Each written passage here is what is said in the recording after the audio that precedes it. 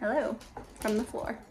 Actually from Hagrid's bed, which has been completely stolen from him because he's a big chicken and he lets everyone take his things. I have seriously foster failed. Okay, let's be honest. I knew I was gonna fail from the beginning. Yeah. Oh, okay. We're all sent by someone, which was so awesome. You're all gonna think I'm nuts. If you don't already, of course, if you've been here for any length of time, this is like par for the course, so you're probably not even shocked. Hi, my name is Adri. I run an animal rescue. This is the last one. Oh, jeez. Oh, jeez. This is the last one that would foster failed. Okay, gross. Yeah, you gotta back up though, bud. Go lay down. One of the animals that we deal a lot with, of course, dogs and cats. We also do a lot with horses, parrots, pigs. The list goes on and on. Dogs and cats.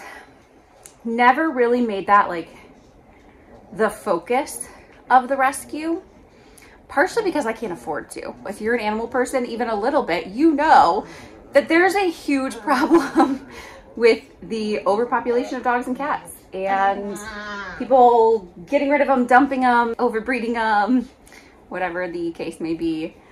There's too many and they're everywhere. I'm just, I do what I can in that space as I can, but yeah, that's an area I definitely have to like know limitations or it would be out of control. And as it is, for perspective, I'm going through around 70 pounds of dog food a week and about probably a case, 12 cans of dog food a week. Oh my goodness, the vet bills, the flea treatments, all that stuff, the supplements, because we have a lot of seniors that need like joint supplements and stuff. It's astronomical. The ones that I adopt and keep, I've pretty much concentrated my focus on seniors, specifically like small senior dogs, because there's so many of those, and that's kind of where I have most of my experience personally. I've also gotten into some big dogs though. We've got Hagrid, the Newfoundland, he was 4, and then I've done 2 Great Danes, Duncan and Hodor. It's been a really, really long time since I have agreed to keep a puppy. Loon, we're all here for that. I took in her mother who was pregnant and then kept her. Every day I'm being contacted about dogs. I say no 99% of the time. Some of you watching may be some of the people that have reached out trying to find a good home for your dog. I apologize if it didn't work out or if you didn't hear back, I guess. Know that yes, I get a ton of messages and I have to be super selective. We have a lot of like prey animals here. And so that automatically rules out a vast majority of dogs. We have so many other dogs. That rules out a bunch of dogs. We have cats. That rules out dogs. We're gonna have a baby. That rules out dogs.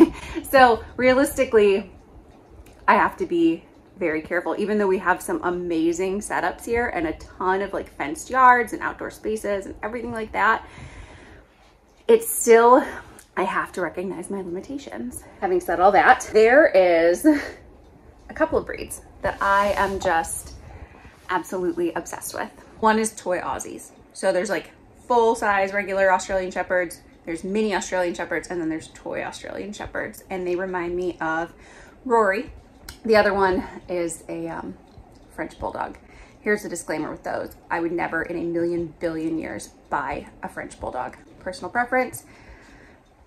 I don't shame people who choose to buy from breeders, but French Bulldogs in particular, well, if we're being blunt, should not exist. Could not exist if it weren't for human intervention. Very unhealthy. English Bulldogs as well. A lot of medical issues. They're not living great lives because of all of the breeding and the characteristics and traits that people are trying to breed into them that are desirable. They're so overbred now. I mean, get on Craigslist or any kind of like pet finder service and you will just be flooded because everybody drops, you know, $5,000 on one of these puppies. And then also on top of that has the astronomical vet bills its whole life. Try and recoup all of that. They all decide that they also need to breed and sell the puppies for $5 grand to justify the $5 grand plus that it's just a horrible cycle, an unhealthy breed. But I get the appeal. I love them. I think they're hilarious. They're adorable. So if I had to, would say, you know, get rid of them, go back to like what the breed should have been, what the breed started as, not what we've manipulated it into.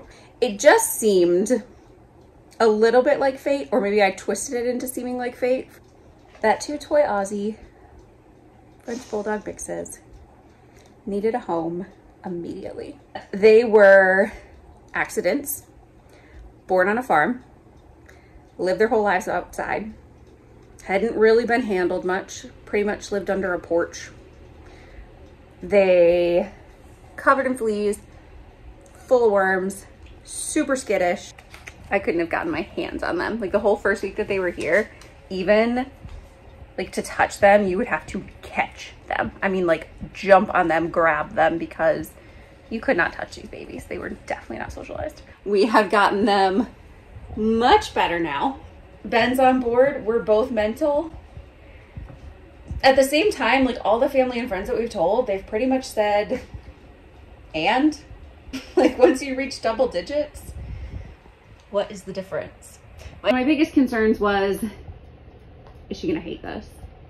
Is she gonna be super jealous? Because that's what I foresaw. And so in that situation, I would have been more inclined to seek them out homes. Basically, if they didn't fit in well here, I wasn't going to keep them just because I think they're adorable.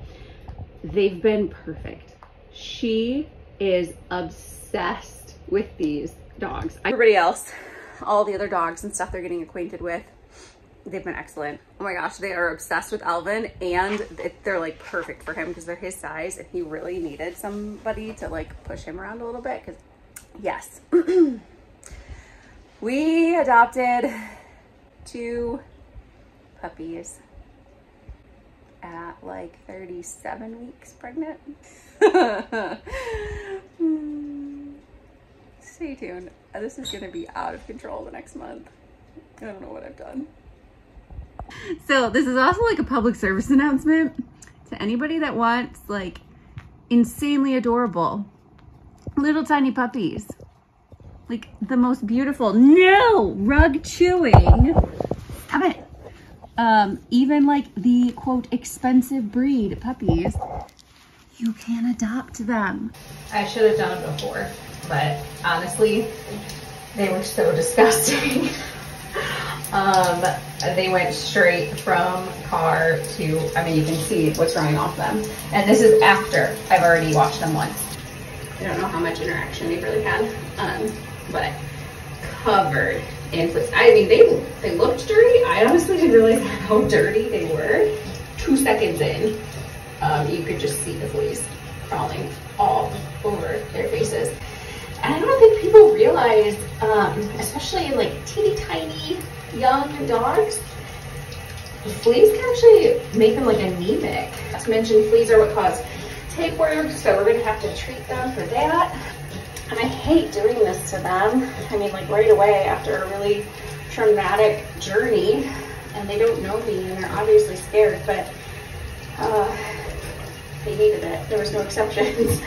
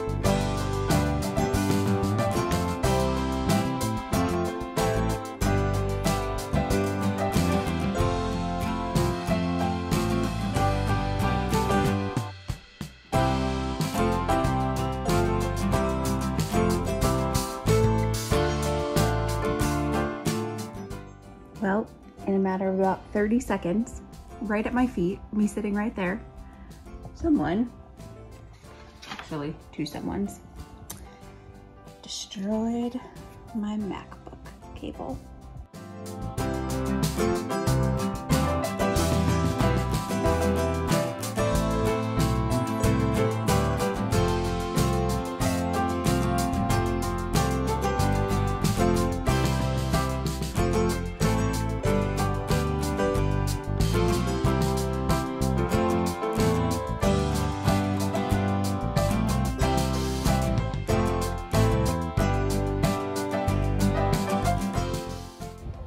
one's gonna believe me, but I did not put this scrunchie on him. So I just gave him a bath, and then I gave his brother a bath, and then while I was bathing his brother, apparently he grabbed hold of this scrunchie and was playing with it like a toy, but somehow I looked down.